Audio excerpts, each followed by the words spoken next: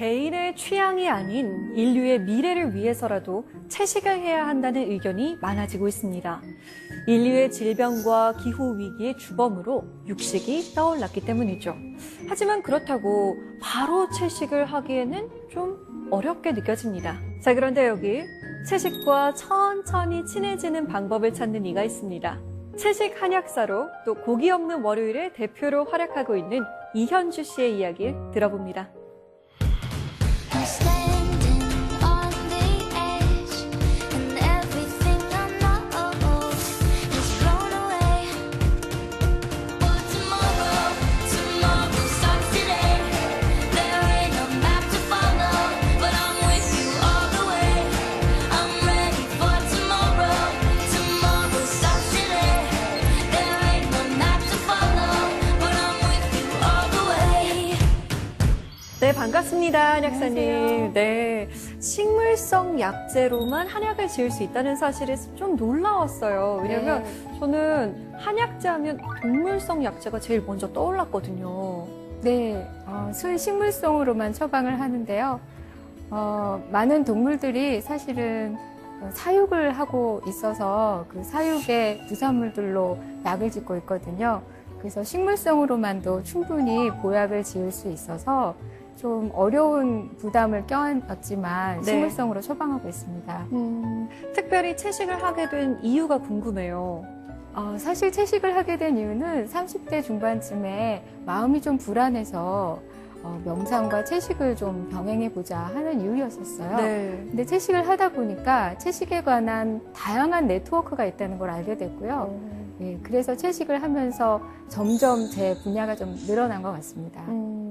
사실 마음은 있지만 하기가 쉽지 않은 게 채식인데요. 오늘 채식과 천천히 친해지는 방법을 알려주신다고 하니까 강연 기대하고 잘 들어보겠습니다. 네, 오늘 잘 감사합니다. 부탁드립니다.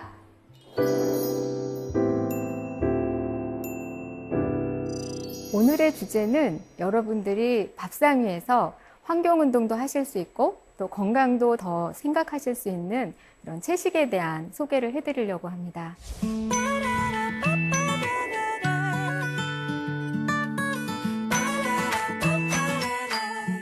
저는 채식을 한 지 한 17년 정도 됩니다. 맨 처음에 채식을 시작했을 때는 아주 단순한 이유에서 마음을 좀 편안하게 해볼까? 그래서 오래 할 생각이 없었습니다. 그냥 잠시 해보다 말 생각이었는데요. 채식을 하다 보니까 저도 모르게 뭔가 좀 나랑 맞는 것 같은 느낌이 들더라고요. 그래서 채식을 한 100일 정도 더 해보게 되었는데요. 그때 무렵 제가 첫 번째 대학을 졸업하고 두 번째 대학에서 한약학을 전공을 해서 이제 사회에 나가서 뭔가 먹고 살 걱정을 하던 때였는데 100일쯤 채식을 하고 나니까 채식 한약국을 해봐야겠다라는 생각이 내면에서 이렇게 떨어져서 나오더라고요. 그래서 그때부터 채식에 대해서 본격적으로 공부를 하기 시작했습니다. 그런데 제가 대학을 다닐 때는요, 독재 치하에서 많은 친구들이 민주주의 운동을 하면서 돌을 던지면서 시위를 하던 때였어요. 그런데 저는 참 돌을 못 던지는 소심한 여학생이었습니다. 그래서 내면에서 나의 결에 맞는 조금 나도 사회를 위해서 할 수 있는 뭔가 있었으면 좋겠다 하면서 그때 여러 가지 책을 읽다가 마하트마 간디의 비폭력적인 삶에 매우 인상 깊은 영향을 받게 되었습니다. 그래서 그때쯤에 제가 조금 나도 비폭력적인 삶을 살아보면 어떨까 하는 생각으로 귀농을 했었고요. 귀농을 했는데 제가 생각하는 그런 이상적인 시골 생활을 하지 못했습니다. 저는 농사도 지을 줄 몰랐고 뼛속 깊이 도시 것이었기 때문에 시골 생활에 적응을 잘 못하겠더라고요. 그래서 머리로 관념과 가치만 잔뜩 가지고 있고 현실은 굉장히 가난한 그런 저의 실존을 발견하고 다시 쓰디쓴 좌절감을 안고 도시로 돌아왔습니다. 자, 비폭력적인 삶은 그저 저의 머릿속에서만 있었습니다. 그런데 채식에 대한 공부를 하면서 제가 20대 때 꾸었던 꿈이 이 채식이라는 생활을 통해서 실현될 수도 있겠다라는 가능성을 보게 되었습니다. 채식이라고 하는 것들이 생각했던 것보다 굉장히 많은 네트워크를 갖고 있더라고요. 가난한 사람들의 삶의 질에도 우리가 먹는 고기가 영향을 미치고 있었고 또 최근 전 세계적인 이슈가 되고 있는 기후변화라든지 전염병 팬데믹과 같은 그런 현상들도 우리가 먹는 고기 때문에 일어나는 일들이라는 걸 알게 되었습니다. 또 가깝게는 정말 다른 동물을 해치지 않고도 내가 만약에 건강하게 생활을 영위할 수 있다면 괜찮을 것 같다. 이런 생각이 들었습니다. 어쩌면 내가 조금 더 지금보다는 근사하게 내가 원하는 삶을 살 수 있지 않을까? 자, 한약국을 채식 한약국으로 열고 나서 이거를 그냥 나만 알고 있을 게 아니라 환자분들에게도 알리고 또 시민단체에 인연이 닿는 곳에 가서 강연을 하기 시작했습니다. 그러던 어느 날 제가 뉴스에서 비틀즈 전 멤버였던 폴 맥카트니가 일주일에 하루 채식을 하면 온실가스를 덜 배출해서 기후변화를 늦추는 데 도움이 된다는 Less Meat, Less Heat 라는 슬로건을 걸고 환경운동으로 Me Free Monday라는 운동을 제안했다라는 뉴스를 접했습니다. 이 뉴스를 보자마자 저의 내면에서 아주 뜬금없는 생각이 들었습니다. 그래, 저걸 내가 한번 해보자. 그래서 시작한 것이 고기 없는 월요일이었습니다. Don't look at me, it's way too soon to see what's gonna be. Don't look at me. All my life I never knew what I could be, what I could do. Then we were new. 어떤 단체 이름으로 고기 없는이라는 이름을 넣는다는 게 참 모험이었는데요. 많은 분들께 제가 의견을 여쭤보니까 우리나라 사람들이 요즘 고기를 너무 많이 먹으니까 그 문제를 지적해 주는 거는 괜찮겠다 하시더라고요. 그래서 2010년에 제가 이 운동을 시작하게 되었습니다. 보시다시피 폴 맥카트니는요, 채식주의자세요. 연세가 76세 정도 되시는데요. 그분이 한국에 오셨을 때 공연하는 걸 제가 직접 봤는데 한 3시간 동안 게스트 없이 그분 혼자 무대를 막 뛰어다니세요. 업라이트 피아노, 어쿠스틱 피아노, 일렉트릭 기타, 그 다음에 클래식 기타, 심지어는 무대가 끝나고 나서 깃발을 들고 저 무대를 막 어린아이처럼 깡총깡총 뛰어다니셨어요. 누구도 그분이 76세라고 믿을 수 없었습니다. 그분에게 어떤 분들이 질문을 했어요. 당신의 에너지는 어디서 나옵니까? 그분은 아주 쉽게, 단순하게 바로 채식과 동물을 사랑하는 데서 나옵니다. 라고 대답을 하셨습니다. 폴 맥카트니의 영향으로 굉장히 많은 분들이 채식을 하게 됐고요. 또 글로벌하게도 이 운동을 하게 되었습니다. 이 채식이라고 하는 것이요, 맨 처음에 생각해 보면 고기를 먹지 않는 아주 엄격한 식사라는 생각을 하게 됩니다. 사실 저도 맨 처음에 채식을 할 때는 고기를 완전히 끊었었기 때문에 그런 게 당연한데요. 최근 전 세계적인 트렌드는 채식을 하자라고 얘기하지 않고 고기를 적게 먹자고 얘기합니다. 바로 리듀스테리언 운동을 하고 있습니다. 2018년에 제가 베를린에서 열린 육류 소비 감축을 위한 세계 정상회담이라는 포럼에 참석을 했는데요. 그때의 주제는 50 by 40였습니다. 즉 2040년까지 육류 소비를 50% 감축하자는 아젠다를 가지고 전 세계에서 한 600명 정도의 환경운동가 또 환경 전문가들이 모였습니다. 이런 아젠다를 내걸게 된 거는요, 파리 기후변화 협정 이후에 전 세계가 온실가스 감축을 위해서 다 같이 노력을 해야 되는데 사실 정부의 노력만으로는 역부족이고요. 또 실제적으로 온실가스를 배출하는 가장 큰 원인 중에 하나가 고기를 먹는 것에서 비롯됐다라고 하는 문제의식 때문입니다.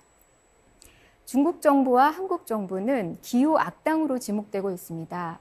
그런데 중국 정부는 이에 대해서 발빠르게 움직였습니다. 2030년까지 육류 소비를 50% 감축하자는 정책을 내걸었습니다. 거기에 영향을 받은 헐리우드 스타가 있었는데요. 바로 터미네이터, 몸짱으로 알려져 있는 아놀드 슈왈제네거였습니다. 아놀드 슈왈제네거는 오랫동안 고기를 먹으면서 근육질 몸매를 자랑하고 많은 영화에 출연을 했는데 그의 노후에 고지혈증과 콜레스테롤 때문에 병에 걸려서 의사를 만났는데 의사가 식단을 바꿔보라고 제안을 했다고 합니다. 식단을 바꾸니까 웬걸 더 활력이 생기고 건강해졌다는 거죠. 그래서 아놀드 슈왈제네가 그때부터 LA 주지사를 지내시면서도 UN 기후변화 환경회의에 들어가서 채식을 해야 된다라고 외치고 있었습니다. 그러다가 중국 정부의 50% 육류 감축 선언에 영향을 받아서 아바타의 영화 감독이었던 제임스 카메론 감독과 함께 게임 체인저스라는 영화를 만들었습니다. 이 게임 체인저스는 운동선수들의 실제 채식으로 식단을 바꾸는 사례들을 소개하고 있고요. 옛날 검투사들이 채식 식단을 했을 때 훨씬 더 많은 에너지를 냈다는 것들을 다큐멘터리로 소개하고 있습니다. 제임스 카메론 감독 같은 경우는 아바타 영화를 실제로 열대우림에서 촬영을 했는데요. 열대우림에서 찍으면서 그런 실제 열대우림이 파괴되고 열대우림 원주민들의 삶이 파괴되는 것을 보고 환경운동가가 되었습니다. 이 두 분의 영향뿐만 아니라 헐리우드의 섹시 아이콘인 비욘세도 비건입니다. 또 여러분들이 잘 아시는 마크 러팔로, 헐크도 바로 고기 없는 월요일의 서포터스입니다. 이 외에도 어벤져스에 나오는 10명의 스타들이 바로 다 비건이라는 사실 알고 계시나요? 자, 이만큼 헐리우드 스타들은요, 자기들의 공공의 이미지와 공공적 가치를 연결시켜서 자신들의 유명세를 오히려 더 많은 분들에게 공익적인 가치로 돌려주고 있습니다. 이런 어떤 가치지향적인 삶은 좀 우리가 배워야 되지 않을까 싶습니다. 제가 맨 처음부터 이런 스타들과 이름을 오르내릴 수 있는 일을 하게 된 건 아닙니다. 그저 한약국에서 조용히 약을 짓고 엄마로서 아내로서 살던 사람이었습니다.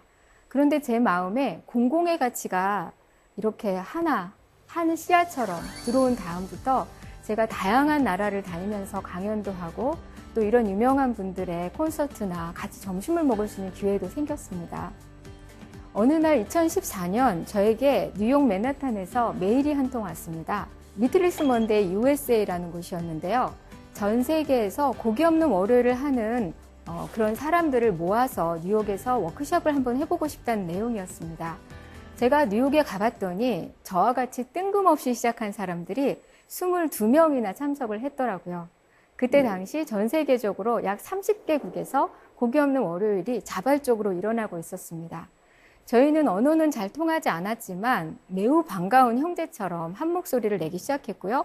2015년에 UN 기후변화 총회에서 함께 이벤트를 열기도 했습니다. 가치가 통하니까 많은 것들이 통하더라고요. 현재는 고기 없는 월요일이 약 40여 개국에서 함께 하고 있고요. 최근에는 아시안 네트워크도 생기기 시작했습니다. 저희는 구글로 연결이 되어서 실시간으로 각 국가의 활동들을 소개하고 어떻게 대안을 모색해 나가는지 함께 미래에 대해서 고민하고 있습니다. 2018년 중국에서 Good Food Hero 포럼이라는 곳에서 저를 초청을 했습니다. 먹거리에 관해서 활발한 활동을 한 영웅들을 연사로 초청했는데요. 저는 굉장히 행복했습니다. 제가 한약국에서 약을 짓는 사람인데 이렇게 먹거리에 대한 활동으로 외국에서 나를 영웅 취급을 하다니 너무 영광스럽지 않겠습니까? 그곳에서 많은 분들을 만날 수가 있었는데요. 특히 전 세계에서 먹거리를 조금 더 건강하게 제한하는 전문가들을 만날 수 있었습니다. 여기는 중국 베이징 대학, 그리고 청와대학, 그리고 콜롬비아 대학, 존스 홉킨스 대학과 예일 대학에서 참여를 했고요. CIA, 미국 요리학교, 그리고 뉴욕타임스에서 취재를 하러 나왔습니다. 그런데 이 발표 중에서 가장 인상 깊었던 발표가 있었는데요. 바로 예일 대학의 다이닝 사업부의 책임자의 발표였습니다. 이분은 우리나라로 생각해 보면 식당에서 어떻게 학생들에게 밥을 제공할 것인가를 고민하는 분이었어요. 근데 이분의 철학은 매우 독특했습니다. 예일 대학은 전 세계에서 리더를 길러내는 대학인데 강의실에서는 지식을 전수하지만 식당에서는 문화를 전수하는 곳이고 네트워크를 시키는 곳이다. 예일 대학을 졸업한 학생들은 장차 전 세계로 나가서 글로벌 리더가 될 것인데 이들이 먹는 밥은 전 세계의 먹거리의 선두 주자가 될 그런 밥이다. 이들에게 건강한 먹거리 문화를 전수해 주어야 된다라는 철학을 가지고 있었습니다. 이분의 철학에 힘입어서 예일 대학에서는 먹거리가 굉장히 강조되는 그런 프로그램들이 운영이 되고 있었고요. 대학생들이 주도적으로 텃밭 농사를 짓고 또 지역 주민들과 네트워킹하면서 파머스 마켓 같은 곳에서 또 먹거리를 판매도 하고요. 결국 대학생들이 지식인으로 머물러 있는 것이 아니라 현실 속에서 지역 주민들과 소통하면서 진정한 배움을 실현하고 있었습니다. 예일대학은 현재 80%가 채식으로 제공하고 있습니다.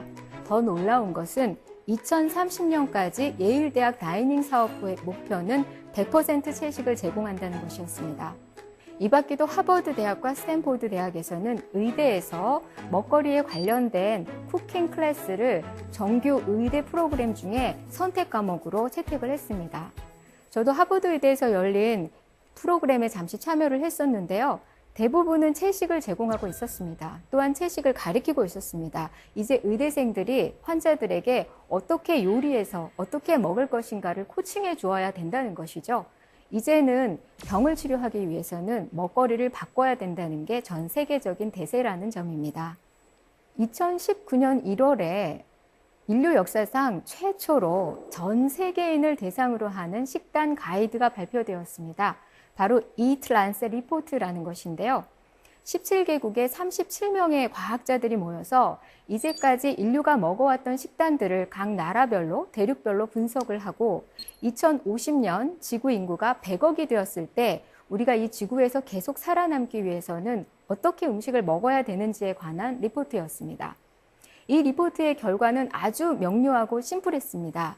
지금보다 전 인류가 고기를 2배 줄여 먹어야 하고 채소를 2배 늘려 먹어야 한다는 것이었습니다. 그리고 여기에서 12가지의 레시피들을 제안을 하고 있는데요. 이 12가지 레시피들은 대부분은 채식이었고요. 약간의 생선과 유제품, 계란이 포함된 플렉시테리언의 그런 식단이었습니다. 이 리포트를 총책임했던 월터 월렛이라는 과학자는요. 이분은 하버드 역사상 딱 3명밖에 없었던 하버드 공중보건의학 대학의 학장분이셨습니다. 이분께 제가 질문을 던졌습니다. 한국에서 최근에 당뇨가 굉장히 많이 늘어나고 있는데 그 이유가 뭐라고 생각하십니까?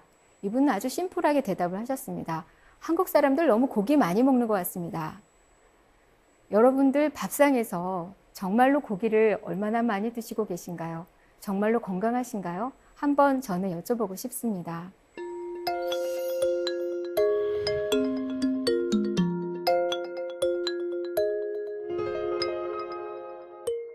자, 이제 좀 다른 얘기를 드려볼까 하는데요. 저는 한방의학을 공부한 사람입니다. 한방의에서는 우리 몸을 우주라고 이야기를 합니다. 우리 몸 자체가 우주의 에너지가 갈마져 있을 뿐만 아니라 우리 몸과 자연이 서로 소통하고 영향을 주는 관계입니다. 그래서 이 우주의 몸은 음양오행에서는 5가지 기운이 우리 몸의 오장육부에 갈마져 있다라고 이해를 하고 있습니다. 이 몸에 대해서 얘기를 하자면요. 여러 가지로 참 할 얘기가 많습니다. 그렇지만 오늘은 음식에 대한 얘기를 하자면 목화토금수 5행 중에서 바로 토에 관한 이야기를 드릴 건데요. 5행 중에서 토는 우리 몸에서 위장과 연관이 됩니다. 즉 먹고 소화를 시키는 위장이 5행의 에너지 중에서는 토에 해당이 되는데요. 토라고 하는 것은 그야말로 땅의 에너지입니다. 땅은 우리가 농사를 짓고 모든 작물을 기르는 곳이기도 하고요. 여러분들이 2발을 딛고 살아가는 삶의 터전을 이야기도 합니다. 또한 우리가 살고 있는 이 지구를 상징하기도 합니다. 오늘날 전 세계적으로 지구가 굉장히 병들어서 우리의 터전이 무너지고 그 무너진 결과가 우리의 일상을 파괴하고 있습니다. 한방적으로 봤을 때는 이것은 우리 몸이 병드는 것은 너무나 당연한 이치입니다. 우리가 지구를 파괴했기 때문이죠. 그리고 우리의 기반이 무너지고 있는 것도 너무나 당연한 이치입니다. 지구를 살아있는 생명체로 파악하는 가이아 이론이 있습니다. 지구는 상처받을 수 있고요. 또한 자유로운 사랑을 표현할 수 있는 감정적인 존재라는 것입니다. 우리 인간이 지구와 함께 상호작용을 하면서 조화와 균형을 이루었다면 우리의 가이아는 아마 우리를 더욱더 사랑해주는 에너지를 보내줬을 것입니다. 그러나 지금 우리 가이아에 상처받은 영혼이 우리 전 지구를 이렇게 뒤엎고 있는 것이죠. 여러분의 몸은 어떠신가요? 여러분의 몸에 대한 감정은 어떠신가요? 제가 강다솜 아나운서께 질문을 드리고 싶은데요. 지금까지 살아오시면서 드셨던 음식 중에서 제일 인상 깊었던 맛있고 행복했던 추억 있는 음식이 뭘까요? 제일 행복했던 추억. 저는 어렸을 때 비 오는 날이면 할머니께서 인절미를 구워 주셨거든요. 그래서 인절미를 구워서 꿀에 찍어 먹었던 기억이 좀 가장 맛있고 기분 좋고 그런 기억인 것 같아요. 그때 떠올리시면 지금도 그때 감정이 떠오르죠. 네. 누구나 그런 감정이 되게 따뜻한 그런 에너지를 주는 것 같아요. 재미있는 것은요, 제가 이 질문을 남녀노소 또 해외에 나가서도 굉장히 많이 해봤는데요. 정말로 가장 행복했던 음식을 말해보라고 하니까 많은 분들이 너무나 평범한 집밥을 얘기했습니다. 그런데 그 집밥은 그냥 집밥이 아니었어요. 엄마가 해주신 음식, 할머니가 해주신 음식, 방과 후에 내가 돌아왔을 때 나를 반갑게 안아주시면서 나눠주셨던 음식들이었습니다. 그리고 이 음식들에 대한 이야기를 할 때 많은 분들이 눈물을 흘리기도 하고 감정이 뭉클해지는 것을 보았습니다. 즉, 음식이라고 하는 것은 매우 다양한 관계와 감정과 연결이 되어 있다는 거죠. 그런데 저는 여태껏 채식을 하라고 하면서 어쩌면 많은 분들에게 관계를 단절시키세요. 관계를 끊으세요. 여러분과의 추억을 끊으세요. 라고 얘기했을지도 모르겠어요. 제가 이런 생각을 하게 된 것은 왜 사람들이 채식이 옳다라고 생각하고 채식을 하고 싶다고 생각하면서도 쉽게 채식을 하지 않을까에 대해서 고민하다가 내린 결론이었습니다.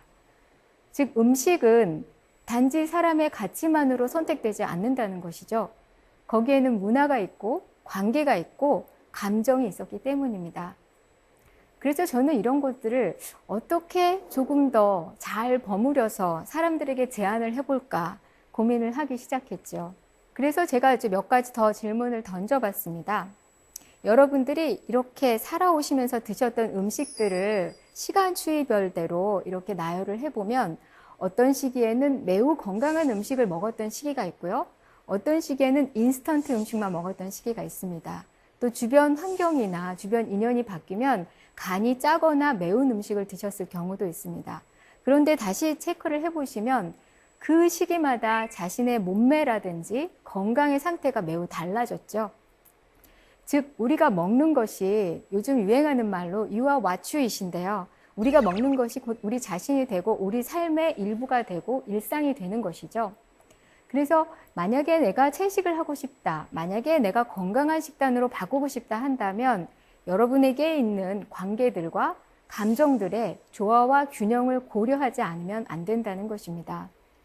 제가 이런 생각을 하게 된 것은 저희 아들 때문인데요. 저희 아들이 중학생 때 제가 채식을 시작하게 되었습니다.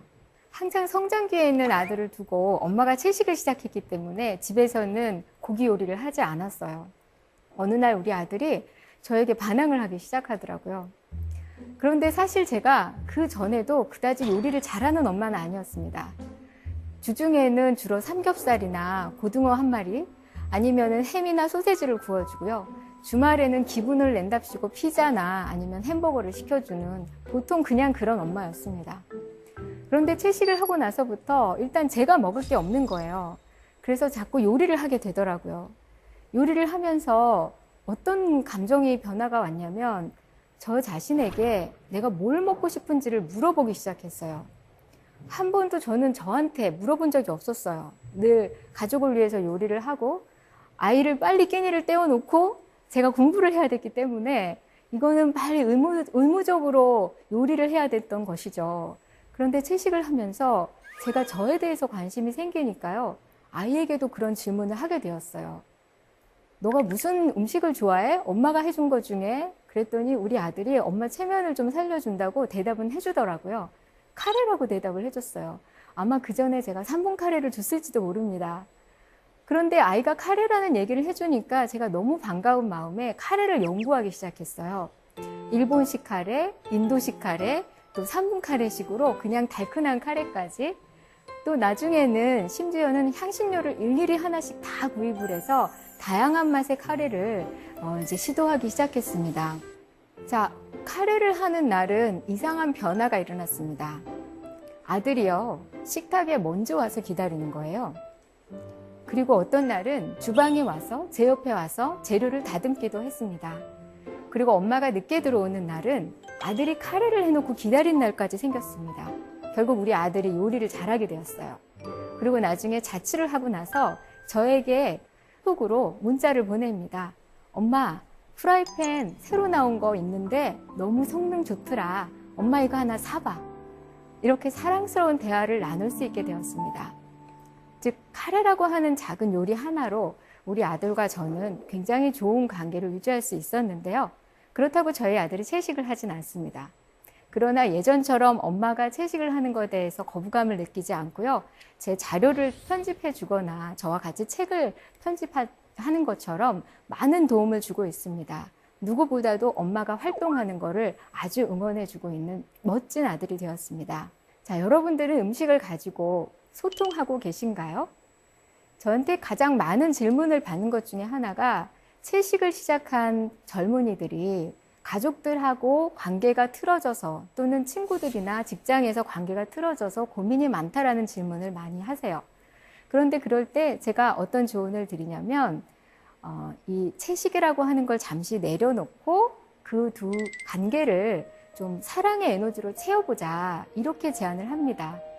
물론 누구나 다 가치가 틀리고 서로가 지향점이 틀리지만 사랑을 표현한다면 그것이 채식이든 육식이든 아마 사랑이라는 에너지에는 서로 공감할 것입니다. 저는 그래서 채식이라고 하는 것을 사랑을 표현하는 하나의 통로로 여러분들에게 표현해 보고 싶었습니다.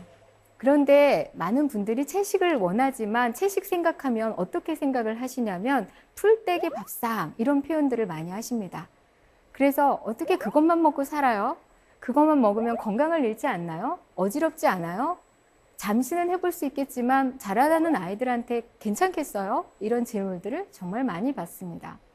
그러나 저는 채식을 17년 하고 있으면서 만약에 내가 채식을 하지 않았다면 지금보다 건강할까? 라는 질문을 많이 하곤 합니다. 물론 채식만 하십시오 라고 하고 싶진 않아요. 그거는 본인의 선택이시죠. 그러나 채식을 해도 채식만 해도 건강하다는 얘기는 분명히 드릴 수 있습니다. 그리고요, 채식을 하시려면 제대로 알고 공부하셨으면 좋겠습니다. 우리가 알고 있는 고기가 빠진 채식 식단은 사실 영양적으로 불균형할 수가 있습니다. 왜냐하면 채식은 채식만의 영양학이 있기 때문이죠.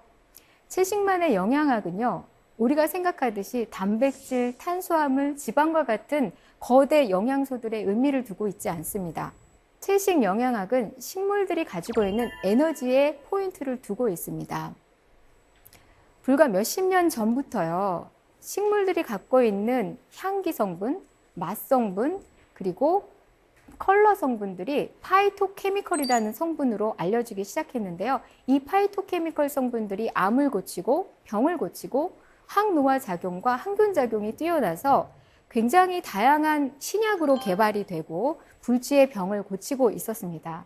아마 여러분들도 드시는 영양제의 성분을 뒤에 한번 보시면 거기 파이토케미컬 성분들이 굉장히 다양하게 들어가 있을 것입니다. 플라보노이라든지 또는 안토시아닌이라든지 이런 성분들의 이름들이 다 식물들이 갖고 있는 색소 성분, 맛 성분, 향기 성분입니다.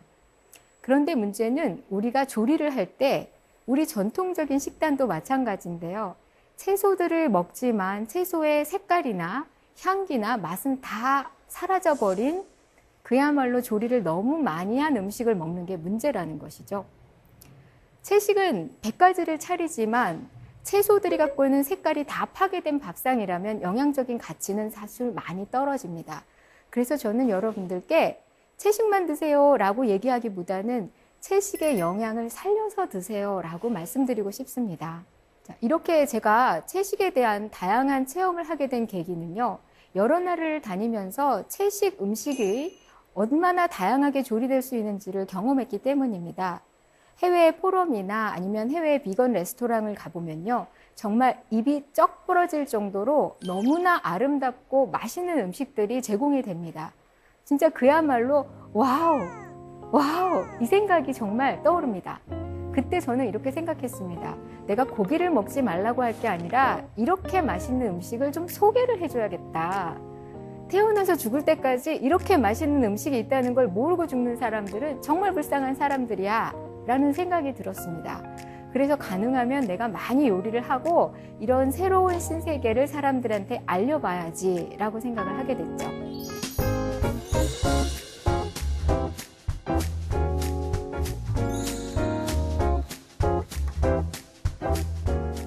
그래서 좀 다양한 요리를 여러분들께 선보이고 싶습니다. 자, 채식에 대해서 많은 분들이 이런 질문들을 하세요.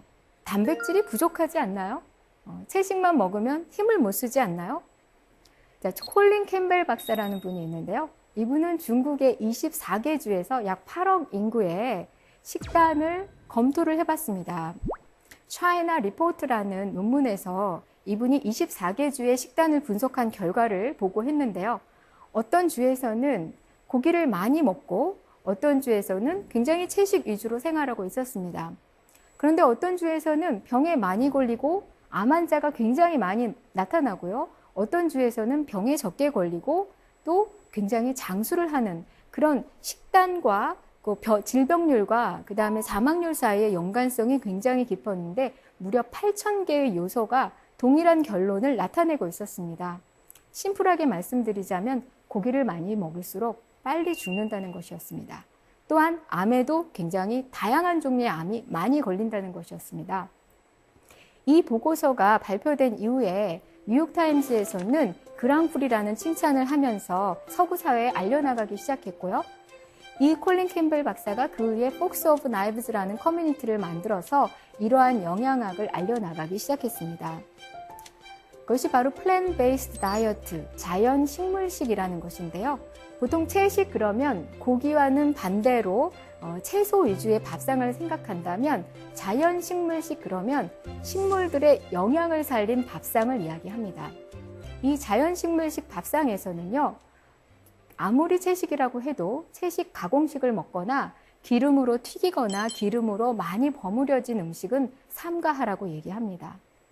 여러분 그거 아시나요? 여러분들이 드시는 고기가 사실은 WHO 세계보건기구에서 지정한 발암물질에 해당이 됩니다.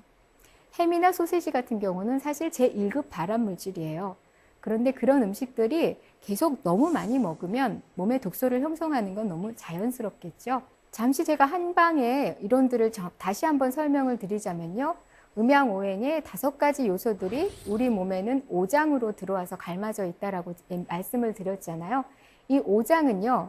잘 보시면은 색깔과 맛과 영양을 서로 상호작용을 하고 있습니다. 즉 여러분들이 식탁 위에서 어떤 색을 선택하고 어떤 맛을 취하는가에 따라서 어떤 5장의 더 건강함을 살릴 수 있는지가 달라집니다. 그래서 저는 기존에 알고 있던 우리가 단백질을 많이 먹어야 돼, 고기를 꼭 챙겨 먹어야 돼, 우유를 먹고 계란 완전식품을 먹어야 돼 라는 생각을 잠시 내려놓으시고요. 오늘 한 끼 밥상에서 내가 5가지 색깔을 고루 먹어서 5장의 건강을 균형 잡아야 돼 라고 한번 생각해 보시면 좋겠습니다. 간을 돕는 색깔들은 초록색입니다. 그래서 잎채소들이 주로 간에는 이롭죠. 여러분들이 디톡스 식단, 디톡스 주스 하면 떠오르는 것들이 간에는 굉장히 도움이 되는 식단입니다. 그 다음에 심장과 혈액을 만들어주고 호르몬 밸런스를 도와주는 데는 붉은색 음식이 도움이 됩니다. 파프리카, 또 토마토, 그리고 여러분들 오미자, 산수유와 같은 열매류들도 붉은색을 띠고 있죠. 이런 음식들의 색소 성분들이 여러분들의 심장의 혈액 박동수를 정상으로 만들어주고 혈압을 낮춰주고 그리고 호르몬을 더 왕성하게 분비시키게 도와줍니다. 노란색 음식은 소화기에 도움이 됩니다. 이거는 제가 말하는 게 아니라 이미 황제내경 때부터 수천 년간 한방에서는 계속 얘기해 왔던 것들입니다. 그런데 놀랍게도 최근에 영양학계에서 이런 파이토케미컬 성분들이 컬러푸드라고 소개가 되면서 이런 이론들이 다시 각광을 받기 시작한 거죠. 자, 노란색 음식은 소화기에 좋습니다. 여러분들이 자주 드시는 바나나, 파인애플, 옥수수, 그리고 저는 오늘 여기 오기 전에 단호박을 먹었는데요. 단호박의 노란색도 또 당근의 노란색도 소화기에는 매우 좋습니다. 하얀색 음식은 요즘과 같은 기후변화나 미세먼지가 많고 또 마스크를 써야 되는 호흡기 질환이 많은 상황에서는 매우 도움이 되는 음식입니다. 우엉도 있겠고요. 도라지가 있겠고요. 배나 또는 마늘, 양파, 양배추, 그죠? 마와 같은 하얀색 음식들은 기관지에 도움을 줍니다. 또 검정색 음식은 신장의 기운을 북돋아서요, 혈액을 더 맑게 청소를 해줍니다. 검정콩, 검정깨, 검은 쌀, 그죠? 자, 한방에서는 이렇게 색소와 영양 성분들이 오장과 연결이 된다고 했는데요. 뿐만 아니라 맛 성분도 영향을 서로 주고받습니다. 간의 영양을 살리기 위해서는요, 신맛을 조금 더 염두에 두셔야 됩니다. 여러분들이 그 전날 술을 드셨거나 과음을 하셨거나 아니면 너무너무 미운 사람 때문에 스트레스를 받았다면 약간 새콤하게 드실 것을 권하고 싶습니다. 그래서 저는 한 끼 밥상을 차릴 때 가능하면 이 5가지 맛을 다 요리에 넣으려고 합니다. 그런데 여기서 중요한 것은 신맛을 드신다고 하면서 식초를 너무 과하게 드시거나 단맛을 즐기려고 하신다면서 설탕을 듬뿍 넣는 것이 아닙니다. 한방에서는 기미론이라고 해서 식재료 자체가 원래 맛을 가지고 있습니다. 양상추 하나를 씹어 보시면 양념 없이 씹어 드시면 거기 안에 짠맛, 단맛, 쓴맛, 약간의 쌉싸름한 맛까지 다 가지고 있습니다. 즉 여기서 얘기하는 5가지 맛이라는 것은 식재료가 본래 가지고 있는 맛입니다. 즉 자연의 맛을 살려서 우리가 식사를 하게 되면 오장의 건강이 조화롭게 된다라고 하는 이치입니다. 자, 이렇게 우리가 건강이라고 하는 것은요, 한방에서는 내 몸이 음과 양의 균형, 오장의 균형, 나와 지구, 나와 주변 관계의 균형을 이룬 데서 찾아온다고 얘기했습니다. 그리고 음양의 입장에서 봤을 때는 우리 하루 일과가 낮과 밤으로 이루어져 있잖아요. 이 낮과 밤의 리듬에 맞게 생활하면 건강해진다라고 얘기를 했습니다. 그래서 저는 많은 분들이 저에게 체질에 맞는 음식이 뭔가요? 저는 무슨 체질인가요? 라고 질문을 하시면 오히려 제가 묻습니다. 하루에 몇 번 식사를 하시나요? 식사 시간은 규칙적이신가요? 밤 시간에 일을 안 하고 쉬시나요? 저녁은 일찍 드시나요? 대부분 사람들이 건강한 루틴을 갖고 있지 못했습니다. 식사를 아무 때나 한다든지 그저 끼니를 때우는 식사를 한다든지 밤늦게 알코올 한 잔과 치맥을 드시는 그런 문화도 있죠. 자, 이러다 보니까 내가 아무리 건강식을 챙겨 먹고 영양제를 먹어도 건강하지 못한 것이죠. 그래서 한방 원리에 따르면 건강이라고 하는 것은 정말로 규칙적으로 자연의 리듬에 맞게 먹는 것에서 옵니다. 그래서 제가 지금부터 여러분들이 하루를 어떻게 조금 드시면 건강해지실 수 있는지 간단하게 소개를 해드려 볼까 합니다. 자, 아침 식사를 얘기하는 breakfast가 있죠. first는 형용사로는 fast, 빠른이란 뜻이지만 동사로 쓰이면 굶는다라는 뜻이 있습니다. 즉 breakfast는 굶는 것을 멈추는 첫 번째 식사라는 뜻입니다. 자, 여러분들이 저녁 식사를 몇 시에 하시나요? 저녁 식사부터 아침 식사까지 제가 많은 분들께 질문을 드렸더니 평균적으로 우리는 12시간 정도의 공복을 유지하게 됩니다. 즉 저녁을 8시쯤 드시면 아침 8시쯤 다시 식사를 하는 거죠. 그런데 문제는 이 공복이 온전하게 유지가 안 되죠. 8시에 밥을 먹고 10시에 한 잔을 하거나 아니면 야식을 즐기는 경우가 많은 거죠. 그런데 이론대로 한다면 이 12시간의 공복, 즉 24시간 중에서 12시간은 비우는 시간, 12시간은 채우는 시간으로 균형을 잡으면 좋다는 것입니다. 그리고 채우는 시간에는 규칙적으로 언제 어떻게 채울 것인가를 루틴하게 가져가시면 좋겠죠. 그리고 비우는 시간에는 위장만 비우는 것이 아니라 그 시간에는 일도 가능하면 좀 멈추고 핸드폰도 좀 내려놓고 쉬시면 어떨까 제안을 드리고 싶습니다. 또 한 가지는요, 여러분들 물을 하루에 얼마나 드시나요? 여러분들이 상상하는 것 이상으로 물은 굉장히 중요한 영양소를 가지고 있습니다. 물을 많이 드시는 분과 적게 드시는 분은 건강상에 큰 차이가 납니다. 그런데 물을 많이 드시면서도 물이 잘 흡수가 안 되는 분들이 있어요. 물을 드시는 방법이 잘못됐기 때문입니다. 물은 식사 후에 어느 정도의 공복이 유지가 되었을 때 드셔야 물의 영양소들이 우리 몸에 들어와서 제대로 역할을 할 수 있습니다. 살이 찌신 분들 중에 물만 먹어도 살이 쪄서 물을 안 먹는다는 분들이 있어요. 그런데 사실은 수분 부족의 가장 큰 증상 중에 하나가 비만입니다. 즉, 물을 잘 드시면 물로 인해서 독소들이 다 몸 밖으로 배출이 되게 돼 있습니다. 그래서 물을 꼭 챙겨 드셔야 되는 게 채식의 원리 중에 하나랍니다. 그 다음에 여러분께 또 제안을 드리고 싶은 것은요. 아까 말씀드렸듯이 12시간의 공복을 유지하기 위한 저녁 식사 타임을 정하셔야 된다는 겁니다. 현대인들이 바쁘다 보니까요. 끼니를 때우는 식사를 하고요. 특히 낮에는 정신없이 살다가 밤이 되면 이제 이 포만감을 느끼면서 이완돼야 되는 이런 보상 심리 때문에 과식을 하는 경우가 많습니다.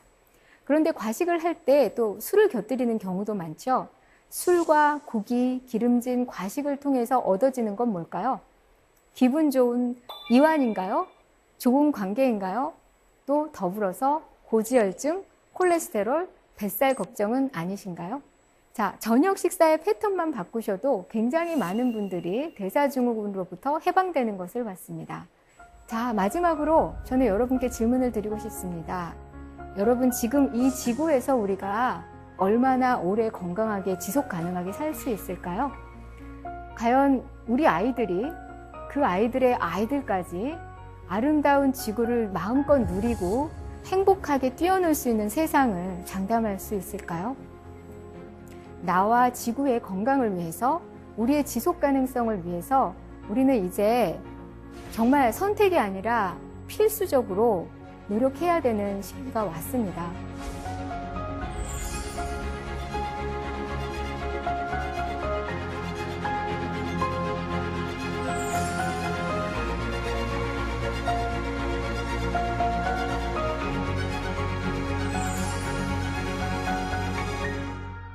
우리 인간이 지구상에서 오로지 피라미드의 저 꼭대기에 있는 것처럼 만용을 부리고 다른 생명들을 착취하고 또 지구 자체를 파괴한 결과가 지금과 같은 현실을 나타냈습니다.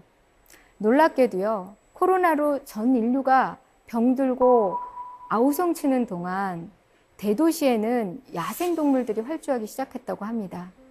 전 세계의 공기는 그 어느 때보다도 맑았다고 합니다. 지구는 비로소 숨을 쉬고 있었던 것이죠.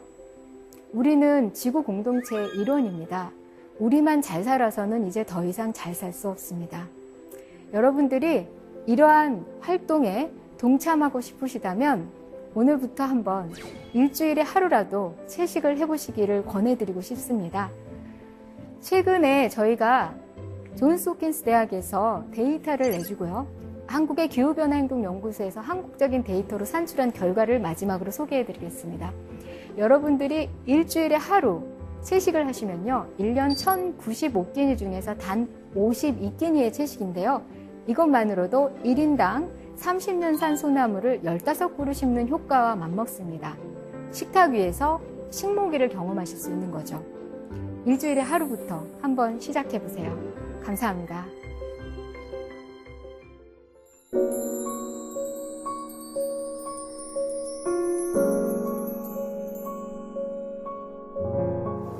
네, 강연 잘 들었습니다. 사실 채식이 좋다는 건 알지만 맛이 없을 거야 라고 생각한 분들도 많았을 텐데 오늘 레시피를 보고 채식에 내가 좀 더 쉽게 다가갈 수 있겠구나 생각하셨을 것 같아요. 네, 감사합니다.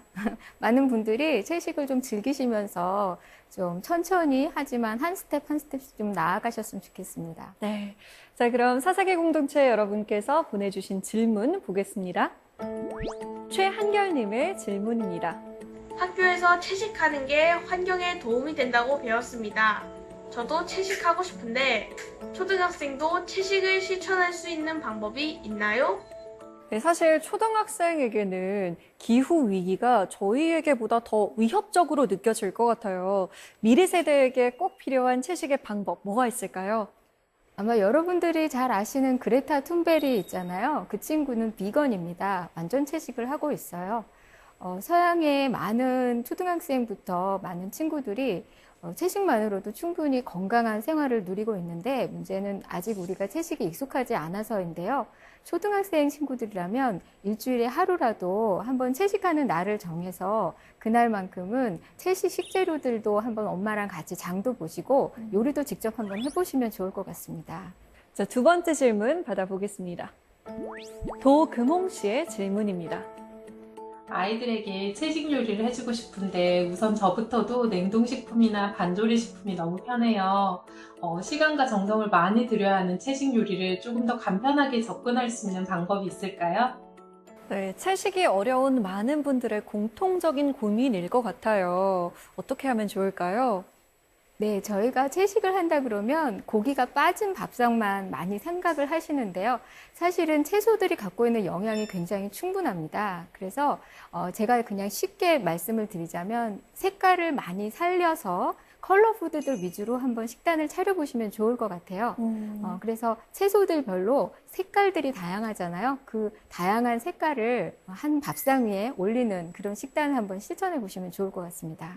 네, 오늘 한약사님과 이렇게 이야기를 나누다 보니까 내가 채식을 좀 더 잘 할 수 있을 것 같다, 좀 더 쉽게 접근할 수 있을 것 같다라는 용기가 좀 생깁니다. 오늘 강연 잘 들었습니다. 고맙습니다.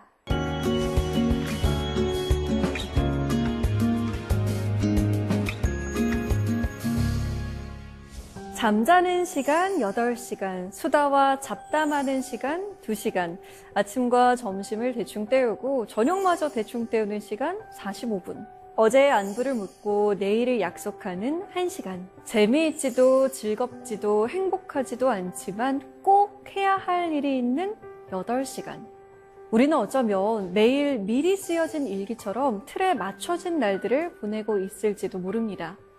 그럼 이런 날들을 채식으로 한 밥상 차리는 날을 더해보면 어떨까요? 좀 답답한 일상에 색다른 활기가 되지 않을까요? 사세기 공동체 스미다. 저희는 다음 시간에 찾아오겠습니다. I'm sailing away to a land of opportunity. The sun will shine and birds will sing there.